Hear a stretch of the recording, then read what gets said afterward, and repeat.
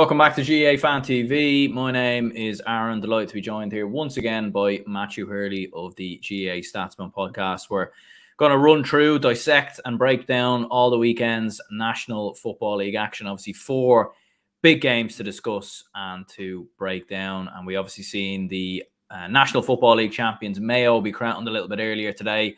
Their first league title since 2019, their second since 2001. We've seen Dublin crowned Division 2 champions, actually for the first time in their history. So there you go. There's a first for everything, as they say, and that was Dublin's first ever Division 2 title. And hopefully the last Division 3 was obviously won by Cavan, and Division 4 was won by Sligo. So certainly a lot on at the weekend. Matthew, how's things with yourself? And I suppose maybe the league finals were not the most entertaining in the world, but kind of mad now that the league is done and dusted and championship now is right around the corner.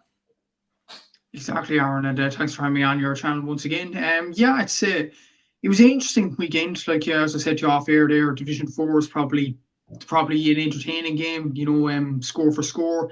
The other 3 games were very dull affairs, but then you could have the argument that did much of the teams really care about this weekend? It seemed like, look at the performances Dublin kind of did, Derry maybe not so, Mayo and Galway. I actually would have thought Mayo would have not cared as much. I didn't think Mayo would care as much as they did today, to be honest with you, with Roscommon around the corner, as he said, next week in the championship. And as regards to the championship coming up next week, recently before coming on here, I see the ad for the Sunday game. So it's just a sign that the championship is coming around the corner. And kids surprise, Aaron, it was the same ad as last year. So it just shows your RT aren't going to change anything.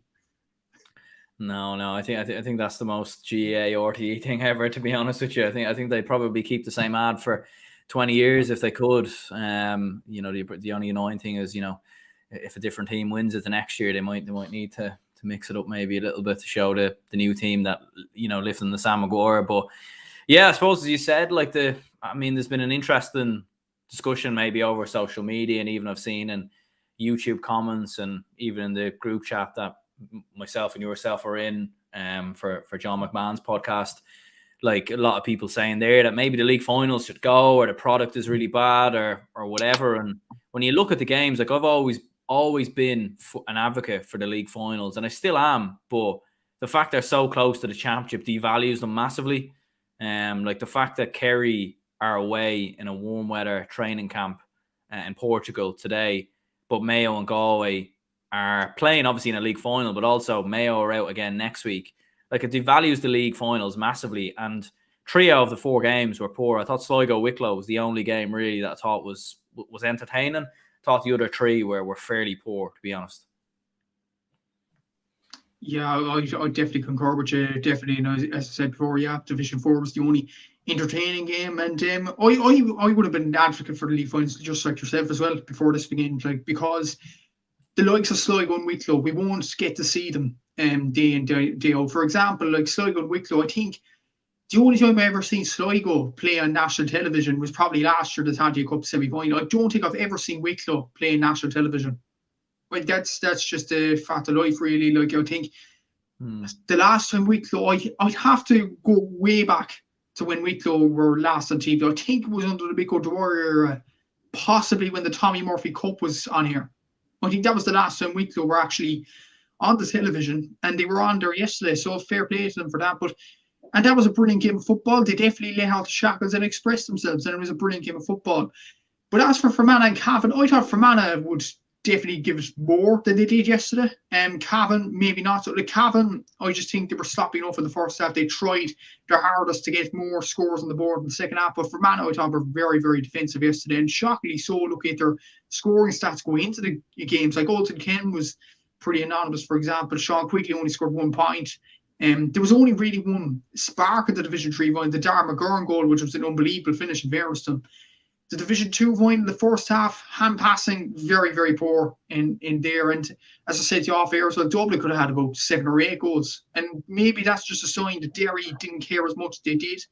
And it's kind of a surprise because Derry have Fermanagh in the first round of Ulster. And normally I'd say Derry should beat Fermanagh pretty comprehensively.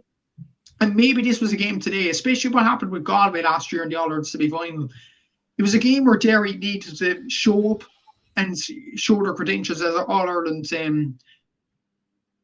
contenders, and they didn't do that today against the Dublin team that was, pretty fragile in the league campaign, to be honest. And Dublin still scored 4 goals past them. Maybe there's a few questions to be asked about Derry after today's performance. I could see it to an extent with the Mayo and Galway game. And I said it maybe on my own podcast with Seamus last week as well, that Mayo had Roscommon coming up in the vault.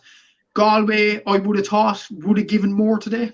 They didn't. Mayo just wanted it more, and that was probably the difference. We'll get onto that in a minute. But yeah, it probably does devalue the league finals at the fact that the championship is next week. And I think the GA maybe need to structure a small bit better. Like the provincial finals, as far as I know, I think the provincial finals are all held on the weekend after the bank holiday. And the bank holiday, what is 3 weeks' time? Surely Connacht GA could have maybe Mayo Roscommon in 2 weeks' time. And Mayo could then have time to recuperate next week.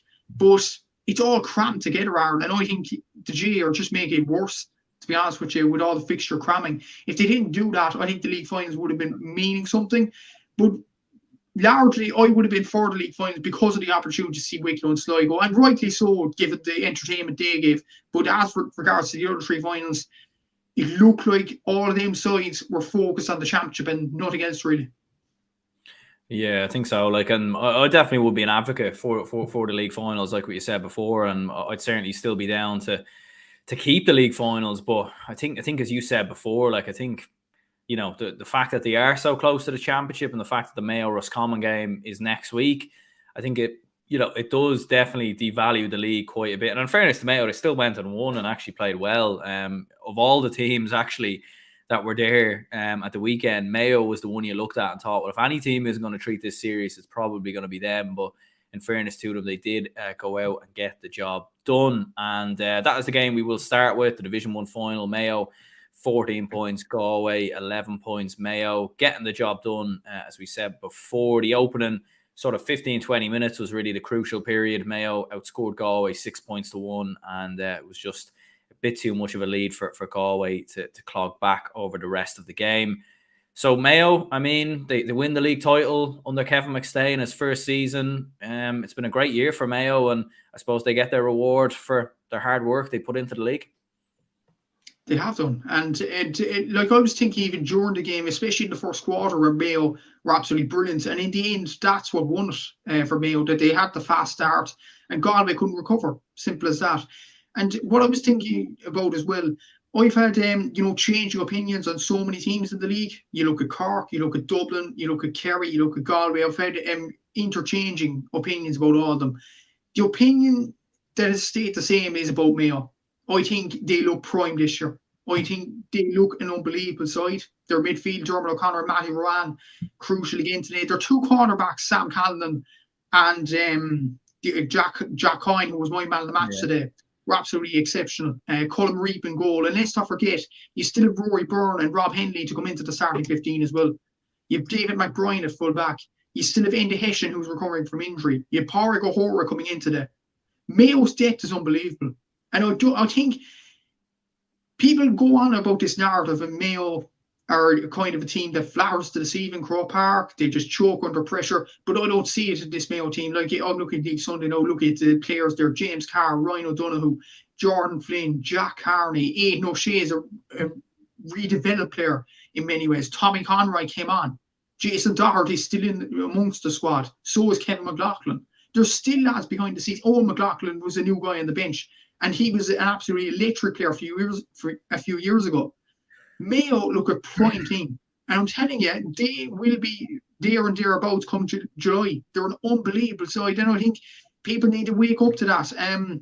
But then again, you have to put it in our, like, it probably would be the most Mayo thing ever if they, perform well today and then lose to Roscommon next week. So we'll have to see what happens. I honestly think at this early stage, Mayo are probably favourites for the All-Ireland and should be the bookies' favourites. But everything can change in a matter of weeks, and we'll have to see how they progress in the championship. But so far, so good for Cavan McStay and Mayo. I'm really impressed with them throughout the 8 match days in the league so far. Yeah, absolutely. No, I think as you said there, I think the fact that they, even when I was saying in the match reaction and a few other in the watch along as well, like I think the fact they dogged their way through the game, like this wasn't, swashbuckling Mayo or organized chaos. There were certainly some chaotic moments in the game, and make no mistake about that. But generally, like Mayo had to fight their way through it. They had to defend their way through it, through big saves from Colm Reeps, through some big defending from the likes of Jack Coyne, some great work around the middle from the likes of Jeremy O'Connor. But like it wasn't brilliant football that got them over the line. And I think if you're a Mayo supporter, that's a positive, because there haven't been too many times that I can remember off the top of my head in Croke Park in big matches where Mayo have won by playing ugly, or not necessarily playing ugly, but winning ugly. In other words, they weren't playing particularly at their best. And on this occasion they did. And look, it might be a league final, and maybe, as we said, it's a bit devalued, and it's hard to really know come the championship time. But I think it's something that will really, really stand to Mayo. Like, especially if they're playing a Kerry, a Tyrone, and even one of the Ulster sides where those games tend to be a lot more physical and low scoring. I think this kind of performance will benefit Mayo, in my opinion. And the fact that they're defending so well, I think that's something that's gone really unnoticed. It is definitely, and even look at the stats today. They had only 4 points for play, 1 point for play in the second half. Look, I made the point about Mayo. Usually, in the last few years, if they perform badly, case in point against Kerry last year in the All-Ireland quarter-final, if they're missing shots, if they're performing badly, if they're not scoring enough in play, they lose the game. But today, they won it. And that will stand to Mayo come championship time. And I think they're an unbelievable side, to be quite honest with you. And as well as that, there hasn't been a side that's consistently, getting good results as Mayo in the league campaign so far. Like, we've talked enough about Tyrone in the latter stages of the league, but let's not forget, early stages of the league, they were rabble. Galway, the same. Like, Galway could have been in a relegation dogfight at the start of the league campaign. But Mayo, it's been continuous week on week on week. They performed even better, to be honest with you, throughout the match days of the league. They didn't perform well today, still won it.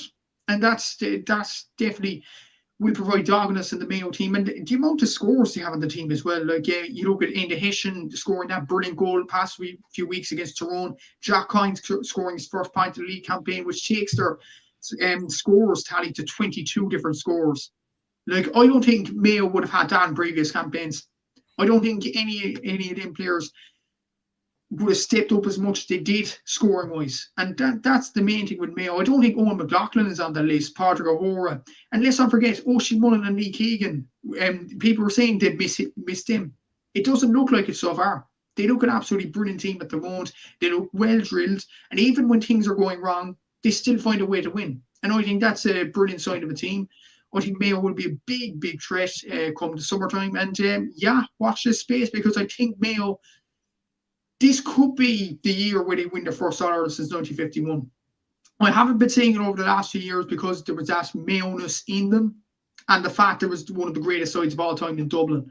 But no, I don't think there's a great team out there. I think Mayo have a chance.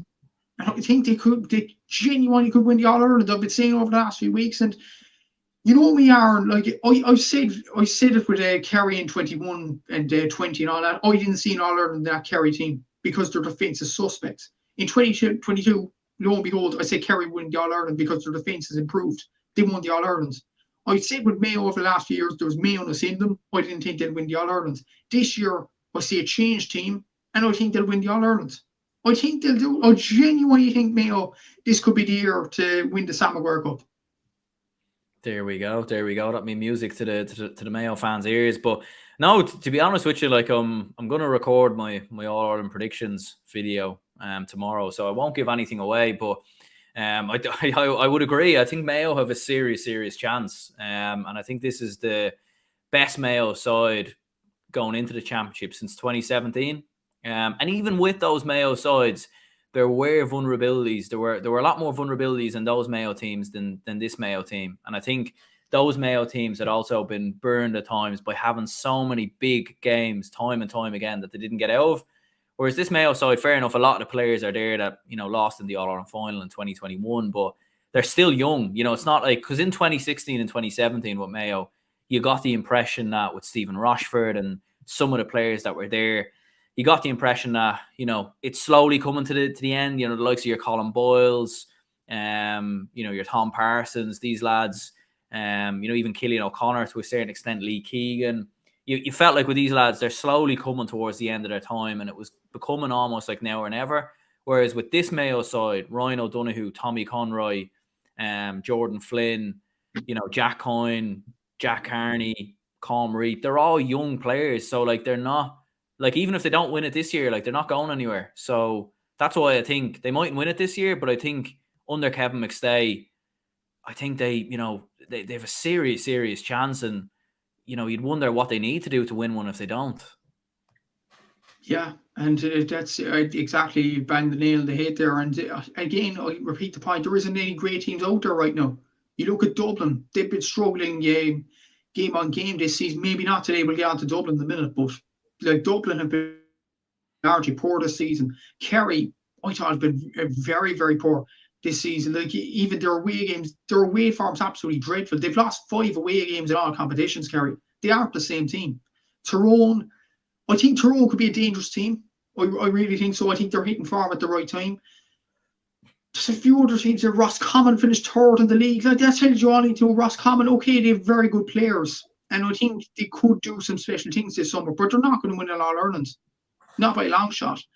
So I honestly think Mayo could honestly win the All-Ireland this year. I think there's nothing stopping them. I think Kevin McStay is... you know, the one man in that that will get that Mayo team over the line. And young players, as you said, there's loads of them coming through. Even the likes of Colin Dempsey for UL can't get in the Mayo team. He can't get in the squad. Which tells you, like, the quality is through the roof. Paul Towie on the bench couldn't even get on the pitch today. Quality player. Like, Mayo have quality players throughout the panel, and they have a quality manager. They have good coaches in Liam McHale and Stephen Rochford. They've implemented a system. Like the turnovers today, I think in the first 15 minutes alone, they had 6 turnovers to Galway's 1. Dermot O'Connor getting 2 blocks off. Yeah. This Mayo team, it's grounded. I genuinely, they're going to win the All-Ireland if they keep playing like this. I think they're absolutely brilliant attack-wise and defensively. Like the decision to put Conor Loftus at centre-back, most pundits, including myself, yourself, Seamus Brady, wouldn't have agreed with Kevin McStay in that particular decision. But no, it's proven dividends. We're 8 weeks into the Alliance League or something like that. And he hasn't been moved from centre-back. He's staying there, which shows you the plan's working. And the process is working. And I think Mayo, they look in as good a place as ever over the last few years to win an All-Ireland. And a player who I forgot to mention as well, Cillian O'Connor, greatest scorer for Mayo over the last few years. He can't get in the team, which shows you, like, the talent is brilliant, the temperament is brilliant, the coaching is outstanding, the drive is there. I don't think there's anything stopping Mayo to win the All-Ireland. If they don't win it this year or next year, I'll tell you something, Aaron, I think it'll be a long time before they win another one, to be honest with you, if they don't win it this year or next year, because I think this team is primed. Yeah, like the only thing that I think could stop them is a mental block. Like in the final few minutes of an All-Ireland final, not necessarily even an All-Ireland final, but in a big game against one of the big sides, Dublin, Kerry, Tyrone, one of them 3, like whether they're a point up or a few points down, whether they lose the run of themselves. But as you said, there's been nothing to suggest that they will do that on the basis of the league. And I think going into the championship, that's what's going to make it very interesting. Cavan says in 2001 and 2019, Mayo won the league, but lost to Roscommon in the championship. So you never know next week. But I suppose there's some a bit of a bad omen maybe there from a Mayo perspective. Richie says Colm Reid was exceptional today. He was 4 magnificent saves. Could you argue he could have been sent off for that incident between himself and Johnny Heaney, or what were you thinking? Not necessarily sent off, but a black card. Look, Aaron, I know he played absolutely excellent today. He's a brilliant lad, Colm Reid, brilliant coming into the team. But let's call a spade a spade. He was inside the zone. If you're going to be consistent, it is a black card. It's simple as that, as a penalty. It's simple. I think Power Joyce makes a very good point there. I honestly think Mayo were the better team today and just wanted the Division 1 title. But if you're going to implement the rules properly, you have to give that as a black card. It's clear as day. Like, what that reminded me of, it's not the scale of this, But remember, neither of us were born at this time, 1982 World Cup. But remember Schumacher and Battiston, France and Germany. I don't know, it kind of reminded me of that kind of tackle. It was cynical, but that wasn't even given as a foul. In fairness, this was given as a foul. But to be honest with you, it should have been a black card. If you're going to implement the rule properly, do it properly. It's a black card. It's a clear black card. And it's a penalty. It's as simple as that. And I think the pundits would probably agree. Yeah, like I think, like I thought maybe a yellow card was the fair decision in the end, just because both players were running at full tilt, and although Johnny Heaney tried to pull out of it, like I felt like he put the ball wide, so it was a tricky one, like, because obviously, yeah, like it's a black card, he's preventing a goal scoring opportunity. Maybe the referee looked at it and thought he put it wide, but at the same time, he wouldn't have put it wide if the goalkeeper probably didn't come out as well. It was a difficult one. And I think either or, whether he went with yellow or black, I think there would have been no complaints. But as you said, I think a red card definitely would have been too far. Richie says totally agree. Shocking decision. And yeah, like what outcome that would have had in the game, I'm not entirely sure. You'd imagine obviously there would have been a substitution. Probably Robbie Henley would have went in goal maybe for 10 minutes. And they would have took someone else off, I'd imagine, for a 10-minute period. But yeah, looking at Galway, as you said, like, I mean, they took a long time to get going. Just 1 point after, I think, what was it, up until about the 16th, 17th minute. They obviously, had some bright sparks, some good moments. Johnny Heaney obviously goes off injured. Damien Comer comes on, probably didn't look at his brilliant best. I thought Shane Walsh had some bright sparks. Peter Cook, I thought, had a very good game. But all in all, from a Galway perspective, they'll be very disappointed with this because, massive chance to win a First League title since 1981. And, you don't know when that opportunity will come around again. They have a great team, and I'm sure they'll be thereabouts. But, massive opportunity to claim major silverware in Croke Park. Yeah, and I honestly thought, I said this before, but I think Galway probably were the team that you look at today and would have been hungry for a league title. And it was kind of surprising. Like, in fairness, they were trying different things attack-wise and all that, but Mayo were just standing in their way. And then there's nothing wrong with that. It was just Mayo were the better team. Defensively, I thought they were absolutely superb in that sense. But like the shooting in the second half for Galway particularly was very, very poor. Like, you look at Shane Walsh, Damien Comer, Finnerty, in fairness, like, this was a strange, I don't know what you thought about this arm, but Finnerty being brought off was really strange, because I thought he was the one forward that you thought, he's hitting the lights out. I know Tom O'Connell went on, and he's an excellent forward too, but if Galway were going to challenge for the league title properly, maybe bring off Peter Cook, even Damien Comer. I know it's harsh, but he came on it. It's harsh on Damien Comer because he was excellent last season, excellent that game in particular against Derry. But I thought he didn't look fully fit, Aaron. Like, I think he will over the next few weeks once the championship gets up to match speed. But I think today, especially, like, he hit 4 shots today and he missed all of them. I just think he looked a bit leggy, and that's nothing wrong with that. Like, he got a big injury against Roscommon, and it takes a while to recover from that particular injury. Walsh did well in the first half, but in the last few minutes, maybe it was just nerves, maybe it was just not deciding what he was going to do definitively. But either he was going to kick it into the square or he was going to kick for a point. He ended up kicking 2 wides in the end. So, like, it's a learning curve for Galway. It definitely is. The Cullen Reap incident, if he would have got a black card, could have changed the game, possibly. But at the same time, you can't change an attitude. And I think Mayo just wanted it more than Galway. And that's no shame that Galway might be more buoyed for the championship. But for me, Mayo just wanted it more. And I think Galway, they had to shoot better today to win it. And they probably had to keep Robert Finnerty to have any chance of winning the game as well in the second half. Yeah, and even like looking at it, I was surprised even maybe Ian Burke or Desi Keneally maybe didn't get a run out maybe instead of Damien Comer. Like, obviously, as you said, with the injury, I think it was probably a big game to throw him in. And obviously, Heaney got injured, around the 26th, 27th minute. So it was kind of a little bit early maybe to bring Damien Comer on. But I suppose there was a lot of fouls and there was a lot of frees, as we were saying with the referee's decision regards the Calm Reap incident. Like, interesting enough, like Mayo, they didn't score a point from play from the 15th minute right up until Jack Hoyne's point. at the end of the game. Like there was a lot of fouls, a lot of soft fouls. So I thought it went both ways, probably more so in Mayo's favour, but like it was a very stop-start game, and I think that led to probably a lot of frustration amongst both sets of supporters. I think Galway just gave away stupid fouls, to be honest with you.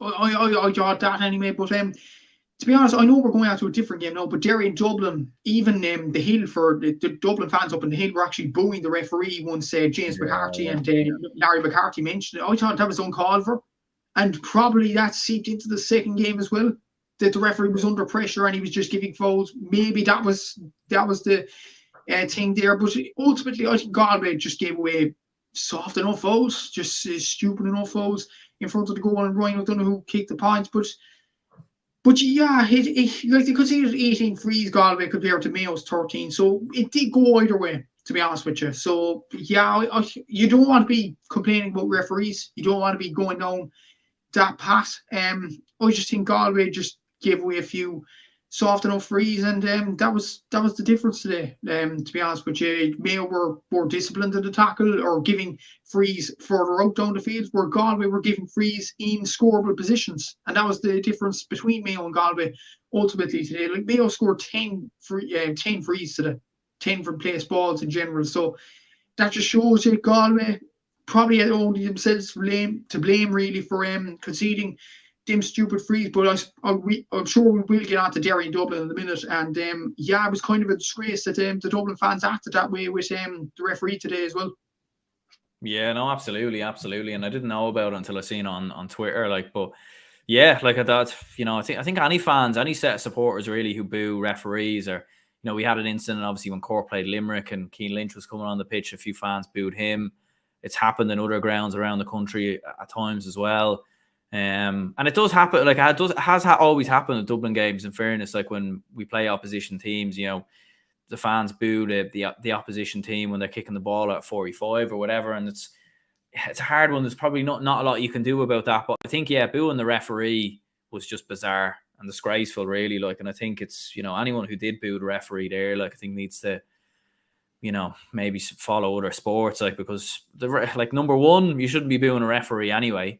After a game, especially in GEA, it's not, it's just not part of what we do. And number two, I don't think the referee did anything wrong in that game. Definitely not against Dublin anyway. So it was a little bit strange, but yeah, moving on to that game anyway, it was Dublin 4-6, Derry 11 points.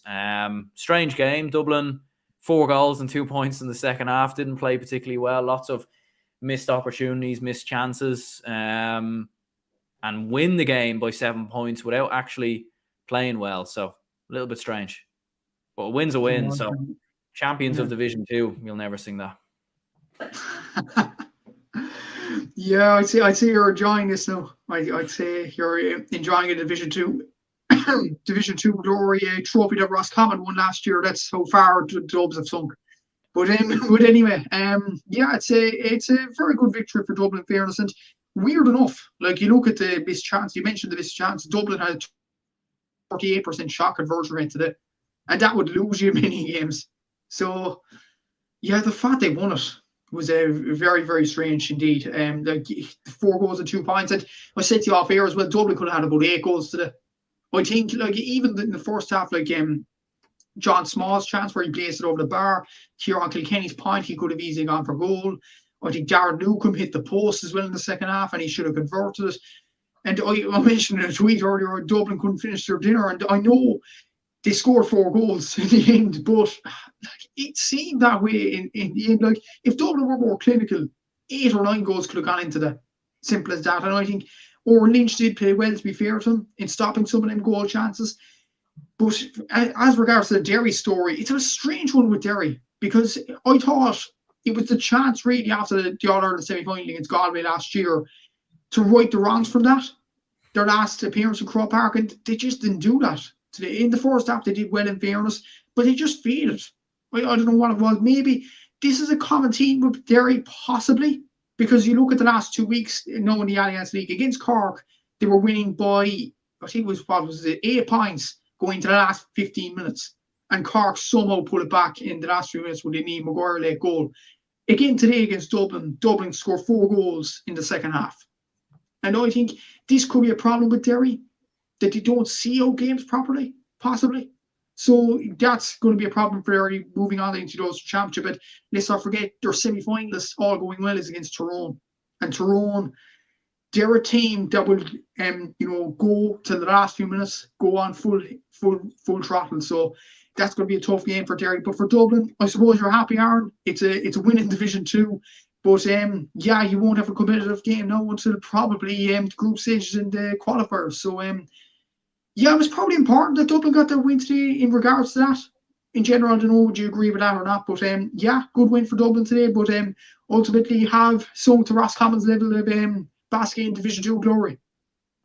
Yeah, I don't think there'll be any trophy parades maybe around O'Connell Street or anything like that any time soon. I think looking at James McCarthy lift the trophy, it was almost like when he's lifting Leinster championships. I don't think he really wanted to be there. But look, Dublin, you make your bed, you lie in it, and Dublin were in Division 2 for a reason after last season. But back in Division 1 now, and hopefully we won't need to go down to Division 2 anytime soon. Although Division 1 will be tough next year. But yeah, as I said, I think Dublin just wanted it more, especially in the second half. And it was a strange one because Dublin haven't actually scored that many goals in the league this year.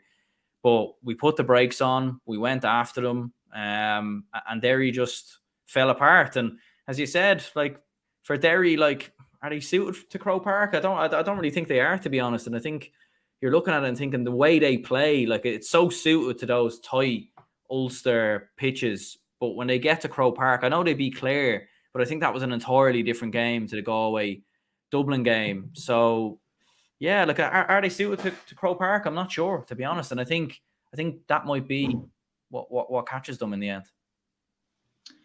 Yeah, it's an interesting point, isn't it? Because you look at Derry's performances. Yes, the Clare game, and I was at that game as well. They rung asunder on Clare, but maybe it was a situation where Clare just reached the mountain and they couldn't get any higher than that, and Derry just pulverised them. Without any fuss, to be honest with you. But the Galway game last year, I thought it was kind of like Donegal against Dublin. They renewed Croke Park and they will recover as the years go on. But today, they just looked a bit flat, even in the first half. They did score some points and got a hit, rightfully so, in the first half. But at the same time, they missed some key chances as well. They had a 44% shot accuracy themselves, Derry. So that wasn't great either. So I think it is a valid argument, definitely, because you look at Derry's best performances over the last few years. The only one that stands out that came in a very open pitch was against Clare. You look over the last few years, they performed poorly against Galway. They performed poorly today against Dublin. They performed poorly. I was at this game, but according to loads of Cork fans, they performed poorly against Cork in Páirc Uí Chaoimh last week, which is also a wide pitch as well. And they performed well against Kildare, Newbridge, tight pitch. Partalton, tight enough pitch. Owen Beg, Celtic Park, they're tight pitches as well. You look at all them performances. Oma as well last year, tight pitch. So I think Derry, that's just in their DNA. They just perform well in tight pitches. The jury's out on the larger pitches. I was hoping they improve even today, maybe to stamp their authority, but maybe there's the argument as well, Aaron, they didn't care. They didn't care about the Division 2 crown. I didn't think that way going into the game. I would have thought this was an opportunity to stamp their authority, to right the wrongs from last year. But maybe there is the argument there that Derry didn't give a damn about Division 2 today. Maybe. But we'll have to see over the next few weeks in the Ulster Championship, see how they fare against Tyrone. I think that would be the acid test for them. If they can beat Tyrone, I think Derry are back up in the horse again. But today, either it was a wake-up call or they didn't care about the day today. But at the same time, you look at Rory Gallagher's record over the last few weeks. He played Conor Glass and Conor McGuckian and all these Watty Graham's Glen lads against Limerick, the worst team in Division 2. So there is that argument there that he does care about every game. And even against Cork last week, he was playing the likes of Conor Glass. While we're on Glass as well, Glass got an injury today. Chrissy McKay got an injury against Cork. The injuries are creeping up on Derry, and you just feel... I've been praising Derry over the last few years. I think they've had a remarkable rise. And I think they honestly will do well in the tight pitches in Division 1 next season. But there is the argument, could they struggle this year? with the injuries this season. Like Conor Glass going off today, McKay going off last week. They're two massive players for Derry. And it'll be interesting in the next few weeks, against Fermanagh as well, starting off in the next few weeks, how they'll fare without them two big players. Yeah, and that is an interesting perspective, all right. Like, and in fairness, that was always something we said, like in regards to player welfare, and Derry could play in those games in matches that probably they didn't really need to play them, catch up with them. And you know, you're looking at a conceding 4 goals today, like Chrissy McKaig, one of the best defenders out there. Would they have conceded 4 with him on the pitch? I'm not sure. And I thought, you know, things actually weren't looking too bad for Derry up until Conor Glass went off. And after he went off, like, you know, things really fell apart, in fairness. A few comments to run through here. Laurent Tallis says, "You up the lads, great stream. No bother at all. Appreciate the support. I will get back to you later as well if you're still watching." Northern Ireland Railway says, "Good win by Dublin. Cluxton needs to play Leinster quarter final if want him for end of the year." Yeah, I'm not sure. I don't know. I think David O'Hanlon made some big saves again today. In fairness, Porrick says, "When all said and done, Tyrone the only team from Ulster who can win the All Ireland." Yeah, it's probably true. You'd have to say. You know, Monaghan are looking very good, but are they good enough to win the All Ireland? Probably not. And then Derry are, you know, the next one of them in line, I would think. If Armagh could get the rack together, they mightn't be a million miles off. But Tyrone are certainly the only side that have proven they can do it. Anyways, Dean Harris, it's the United Way, who was obviously on the show during the week, says, "Great action this weekend and Dublin got the job done. I also got my predictions right, Aaron, which to be fair could have went either way. And some of the games this weekend." Yeah, no, you did in fairness. I only got one prediction right, so no, you did. You definitely did get it spot on. In fairness, I suppose lastly to finish up maybe on Dublin, it's a hard one to know with them. Like, their shooting was fairly poor. I can't remember the last time Dublin finished the game with 6 points in Croke Park, to be honest with you. But you know, the goals were there and plenty of players. Paul Mannion playing, getting himself a goal. Killian O'Gara looking good. So it's a hard one to know with Dublin. I feel like they're going into the All Ireland probably under the radar, maybe because of the fact that they've been quite poor through the majority of this league. But you certainly couldn't rule them out doing that this year, like later on in the year. They definitely have the players and the ability to do so, in my opinion. Yeah, definitely so. Like, even look at the bench they had today, Paul Mannion coming on. And while we're on Paul Mannion, I know it's only a penalty, but that penalty was superb. He couldn't have stuck it more in the bottom corner. That was an incredible. And we're glad that we have Paul Mannion back in the team again, and for Dublin, and it's absolutely brilliant. You have Jack McCaffrey to come back. You have Paddy Small. Cormac Costello wasn't in the squad today. Dean Rock was injured, and they still progressed further. Kieran Kilkenny, they didn't start with him. So I still think Dublin still have outstanding players throughout the panel. You have Cluxton there, who's an influence behind the scenes as well. O'Hanlon, as you mentioned, he made a brilliant save from Niall Loughlin in the first half, I can remember as well. Killian O'Gara seems to improve as well. But some of the goal chances they missed, maybe there's a lack of killer instinct still amongst that Dublin team. That I don't know what you think about that yourself, but even John Small, I know he scored a rocket of a goal in the second half today, but that first half chance, just slide it under the goalkeeper. Don't blaze it. You know, them kind of things. I think Dublin were doing that perfectionistly over the last few seasons. But today, even though they got 4 goals, fair play to them, but they could have got 8. And even on the Sunday showing out the Darren Newcombe chance, how can you miss it from that far out? Killian O'Gara hit the post as well. Like, it was a load of chances that Dublin missed today, and they need to brush up on that. Not so much for Leinster, because I don't think the quality in Leinster is there, but certainly for the other group stages, they need to be more clinical in front of goal. And I think they can be, with the likes of McCaffrey coming back into there, Paul Mannion. Let's not forget Craig Diaz was on the bench as well today. If Craig Diaz comes back into the panel, and you have James McCarthy and Brian Fenton midfield, Tom Laheath in the team as well, and who's actually a decent enough player. Lorcan O'Dell got a goal, which would give him confidence. There's still some good players running off the tongue for Dublin, but my issue with them is the killer instinct. It wasn't there in Celtic Park against Derry a few weeks ago. It probably wasn't there in a perfectionist sense today. It probably will be over the next few weeks. The question is when, Aaron. Yeah, well, that was the thing last year. We weren't really scoring that many goals. And yeah, like it does, because yeah, as you said in Celtic Park, like there was that moment obviously where I think Kilkenny's running through, he can hand pass it into Costello, put it in the back of the net, game would have been over. And Dublin would have been very much promoted there and then. But as you said, yeah, like the killer instinct does seem to be gone. And it definitely is something for Dublin to work on. But obviously plenty of time between now and the big games in the championship. I suppose a lot to be played for in the meantime since then. Moving on to the Division 3 final, it was Cavan 16 points, Fermanagh 1-7. As we were saying off air there, not the best game in the world, definitely not great at all. It took Fermanagh 20 minutes to score. It was very low scoring. You just got the impression that neither side were particularly interested in the game, but look, fair play to Cavan. They kept out Fermanagh. Padraig Faulkner done a great game, had a great game on Ulton Kelm, kept them very quiet. So great result for Cavan, but maybe not the best game overall to watch on a Saturday night. No, it wasn't really. Like, I tweeted as well, like the first score from play came after 22 minutes.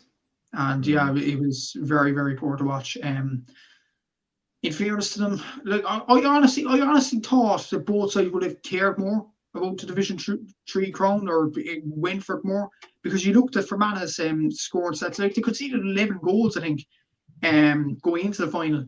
And maybe that was a sign that Fermanagh would be kind of an open team.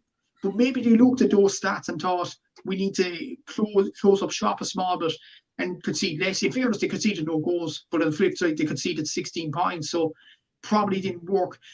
But there was a few good performances, in fairness. I know it was a dull enough game, but there was decent performances all over the field. Like Raymond Gallagher in goal, led from the front for Cavan. I thought it was absolutely outstanding. Patrick Faulkner as well, 100 appearances, which is an outstanding achievement in itself.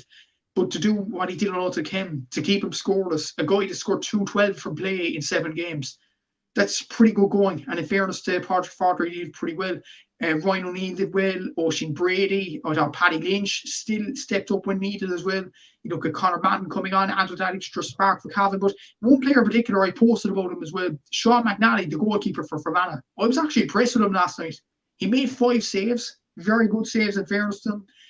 And he was supporting the play, almost like Oren Lynch and Ethan Rafferty do for Derry and Armagh, respectively. So he could be a guy to watch in the next few weeks. But according to the comment section in a post I do as well, he's doing the GCSEs up in Northern Ireland as well. So he must be a young player. I'd say he's about 18, 19. So that's incredible. To play like that in Croke Park with that confidence, that's incredible.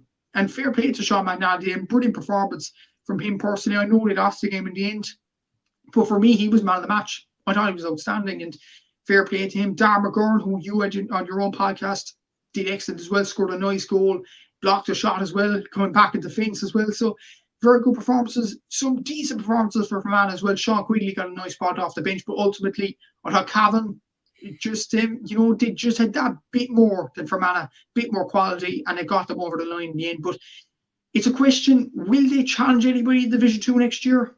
I'm not so sure. Looking at that performance yesterday from both sides, but we'll have to see over the next year or so. But both sides could realistically win the Tailteann Cup. Like, that's the next game for either of them two. Maybe Cavan could get to an Ulster final, but for Fermanagh, they're playing Derry in the quarterfinal. Realistically, they're not going to win that.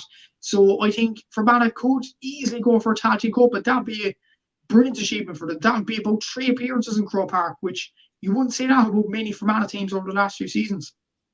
Yeah, it's a great point actually, and I think Fermanagh probably would be one of the very early front runners. In fairness, and as you said there with Cavan, like I was looking at it there, like any when a goalkeeper finishes as the top scorer in the game, I think that probably tells you a lot about the game. Raymond Gallagher there with 4 points, but like looking at Cavan, like on that side of the draw with Armagh, who aren't in particularly great form. You've obviously got Donegal and Down on there as well. Like, could Cavan do something maybe on that side of the draw? Like, their performance here wasn't great, but they do have a lot of great players. And Paddy Lynch, I thought, played all right. And I do think there was an element of Cavan that didn't really want to be there either. Like, I think Cavan have mentally clocked out of the league once they see a promotion. To be honest with you, so they could do something. Like, you wouldn't rule it out. Like, defensively very strong and. They've got plenty of good forwards as well. Let's not forget they nearly beat Donegal last year as well. Yeah, and if a few more refereeing decisions or luck went Cavan's way, they could have easily won that game. And I concur with you. I think Cavan could really do something in Ulster. Like, you look at Armagh's form, if Armagh don't change their ways, I think Cavan could beat them. I really think so. Like Donegal or a Rabble, I think Cavan could honestly beat them. But listen, we could play devil's advocate here and say Cavan and Down could be in the semi-final from a Donegal or Armagh point of view, and that'd be, incredible for the underdog. That'll be an interesting game because Down are the kind of team that could cook nicely. Like, the Kilcoo lads are coming gradually back to the team now. I see Eugene Brannigan scored a couple of points against Offaly as well. So if he comes back into form, I think Down could be a serious threat as well. So there is that. But you look at Cavan, like Darragh McVitie, a lot of Cavan fans were very worried about this season. I was worried about Cavan. That Thomas Galligan was gone, for example, and he was a big loss. But Darragh McVitie at centre-back, I've been a fan of him, I'd say, ever since he broke onto the Cavan scene. I remember playing in Park Heave against Cork. He was an outstanding player. And he's playing centre-back now. He's the playmaker in that Cavan team. I'm really impressed with him, and I think he could be a star for Cavan moving on down the summer. Kieran Brady got man of the match officially from TG Harry yesterday. Killian Clark played well. James Smith, Garrod McKiernan now coming back in the team over the last few weeks. But Cavan have the players. There's no reason why they can't reach an Ulster final. I honestly think they can reach an Ulster final. I'm sure John McMahon will be absolutely delighted with that, an Ulster final appearance for him as well. Brilliant for him. But they've brilliant players in every position, really, and very consistent, very experienced as well, with McKiernan, with Borwick Faulkner, with Raymond Galligan, Paddy Lynch, Martin Riley still around the panel, an experienced campaigner there as well. Brandon Boylan is a good player to chip in with a few scores. John McCabe coming in this season as well. So I think Cavan could really cause a few shocks in Ulster, especially with the side of the draw they're on. And if Armagh don't pluck up in the last few weeks, or the next few weeks, should I say, Cavan could shock them. They definitely could. I would definitely give them a fair chance, in fairness. And as we said, like, Armagh would, you imagine, be the front runners if they can get their act together, but their performances have definitely been very inconsistent indeed. Moving on to the Division 4 final, probably the game of the weekend, actually, in fairness. It was Sligo 2-10, Wicklow 14 points. Sligo getting the victory in the end. Wicklow led for large parts and led at one stage by 7 points to 2 and looked quite comfortable and looked like they were going to kick on and win it. But a couple of late goal in the second half, or late goal towards the end of the first half when they had a black card. And then they obviously kicked on in the second half and won the game. So great result for Sligo in the end. It was a strange one. I actually don't think Sligo were at their best.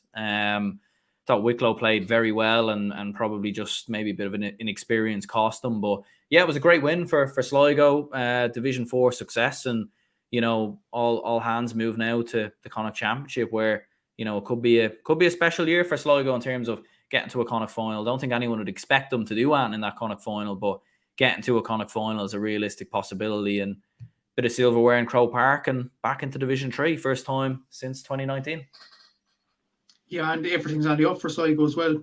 Brilliant occasion. In general in Croke Park, just to see these two sides play, like, I've been reading about them, doing stats on them and things like that, and you just want to see them play Aaron at the same time Sligo and Wicklow, and it was just refreshing to see them play in Croke Park. It was brilliant to see Kevin Quinn. Like, I know Kevin Quinn scored a hat-trick against Laois last season, but to see him in action in Croke Park and score 5 points was a sight to behold. Like, even Owen Darcy performing well as well. Malachy Stone, I thought, was brilliant for Wicklow at cornerback as well.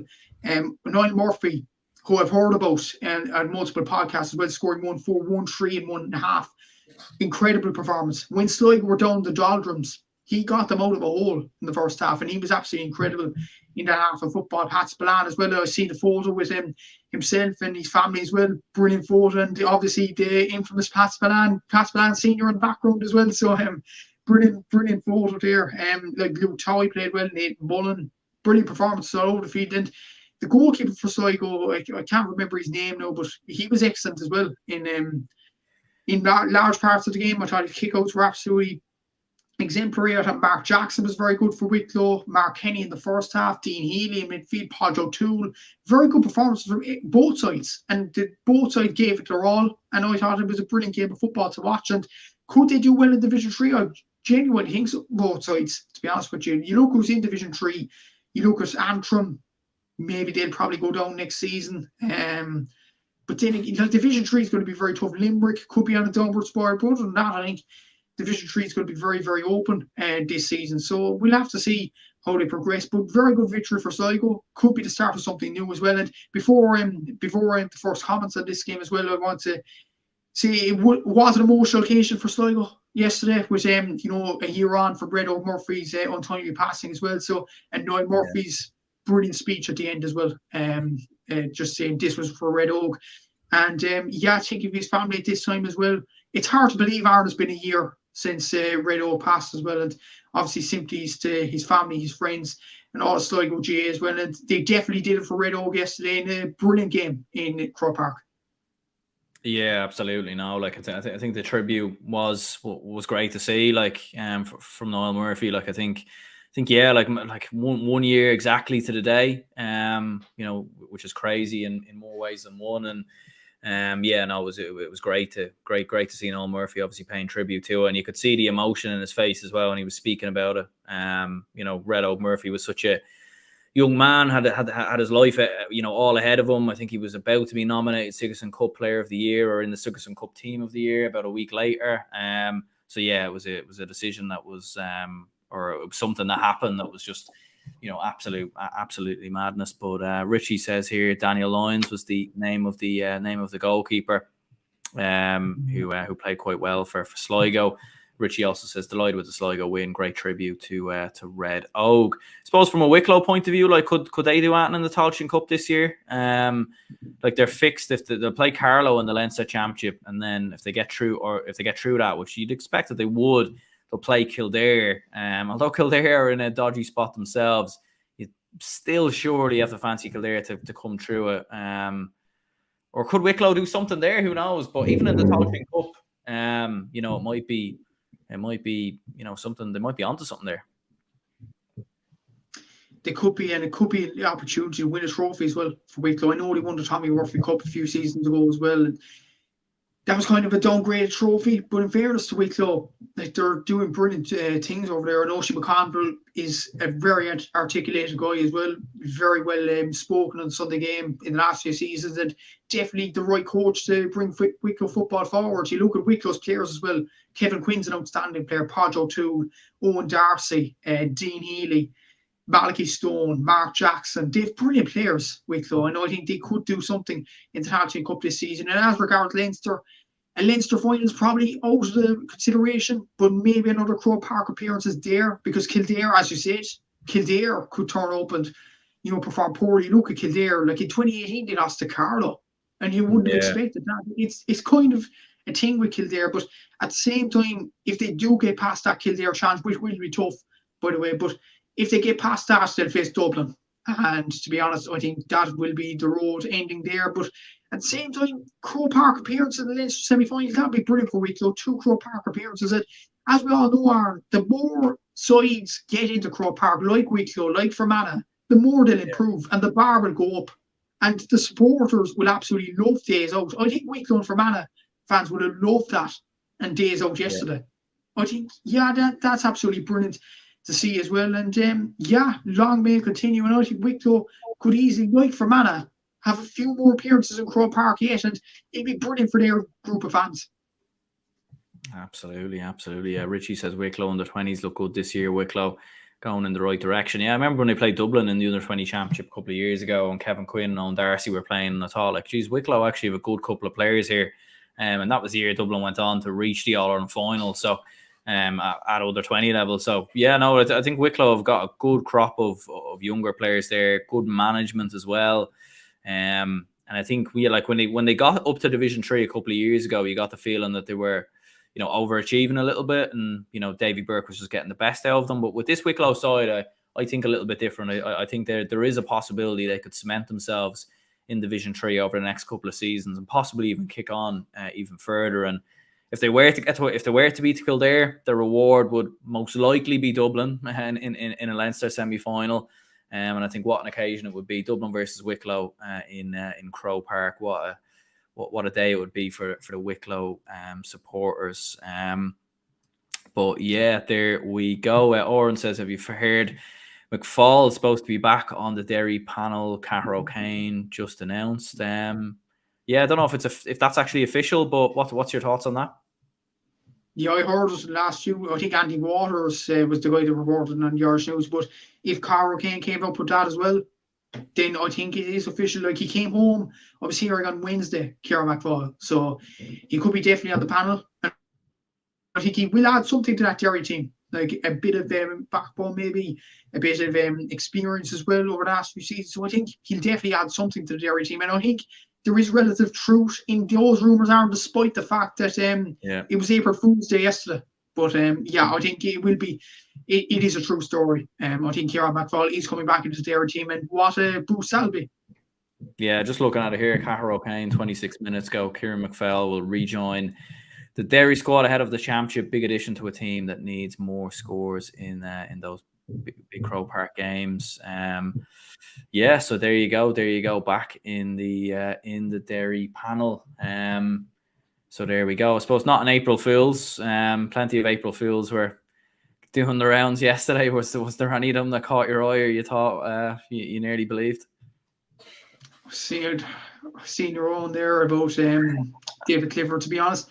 Yeah, I just copped onto it. But a few people actually were caught up by Micheál O'Donnell from TG Carr. He actually said he was leaving TG Carr. Yeah, he's going to the Late Show. Yeah.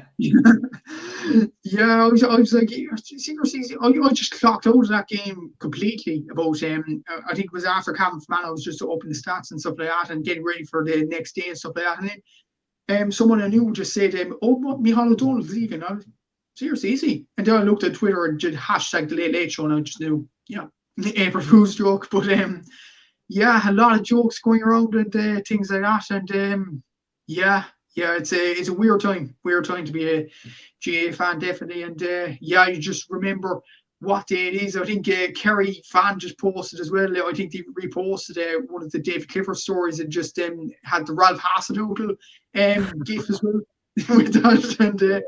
And they realised what day it is. But yeah, it was a weird day. But yeah, all fun games all at the same time. And I'm sure you had fun posting that stuff, Aaron. I think there was some bit of you inside that just wished that what you posted was true. But yeah, it wasn't. Yeah. I know. In fairness, now I think you know, I would like to see another Dublin club championship, a Dublin club team win the Dublin club championship next year. So I think if Clifford ended up Kilmacud Crokes, I don't think he would. You know, I think Kilmacud Crokes would just be, you know, it'd be too much. It'd be too much. But yeah, like I think, yeah, it was funny, all right, because then I seen GEA Crack actually put it up as a story. Then, they actually wrote an article on it as well. So, it was definitely quite funny. I think they did say in the article, now in fairness, that it was a joke, that they think it was a joke, but just the fact that, yeah, and I had a few people message me about it as well. Like, is that actually true? And I was like, come on, like I thought, like when I put in the text that David Clifford grew up idolizing Johnny McGee and Mark Vaughan, I thought that was enough of a smokescreen to be like, you know, yeah, this is 100% a joke. But no, a few people actually thought it was true, believe it or not. Oh, I can't believe it. I really can't believe it. Johnny McGee and Mark Vaughan, like, no offense, no, but I wouldn't have even known who they were, to be honest with you. So, oh my God, like, to be honest, like, if it said he's friends with Paul Mannion and Shane Walsh, maybe that would have been believable. But the fact you said Mark Vaughan and Johnny McGee and all them players, I actually can't believe you believe that. And I can't believe Gia Crack would actually post that. I really don't know. But yeah, it's the world we live in, Aaron. It's crazy, to be honest with you. And yeah, and even TG Carr got on you know, the act of it yesterday. So it is the day that's in it. And yeah, it was weird enough. I think some Twitter away from Jay, I think some RT News parody account put up a fake email saying that RT actually emailed them about take the account down or something like that as well. So it was going all around social media. So yeah, it was a weird day. Absolute madness. I suppose moment of the week then from the football action. I suppose Noel Murphy's tribute to Red Oak. I mean, you can't really look past that. But any moment you think stood out? You'd have to go with that, definitely. But if you were going to go with something different, it's a tough one. You know what? For the crack, I'm just going to go with your post and David Clifford. Because, it's a bit of banter that we needed. And as we said earlier on the show, the three games out of 4 were very dull affairs. So all we needed was a bit of a laugh. And well done, JR, you provided us with that. So fair play. Fair. Yeah, I think it's one of the probably very rare occasions of provided people with a bit of a laugh, but nonetheless, and I'd agree. I think obviously Niall's tribute to Red Oak, I think, goes down as the moment of the week. But apart from that, like even seeing Kevin McStay look hugely excited when he won the league, obviously big moment for him, big moment for the Mayo supporters. A few of the Mayo fans in the crowd as well were definitely enjoying themselves in Croke Park. I thought that was pretty funny, but yeah, no, definitely some great moments from the weekend's action. So yeah, we'll go ahead and wrap this up here. Cheers anyone who tuned in.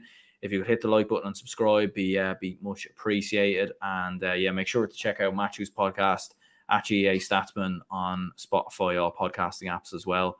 And Matthew, cheers very much for coming on. Thanks very much, Aaron. Happy to help. And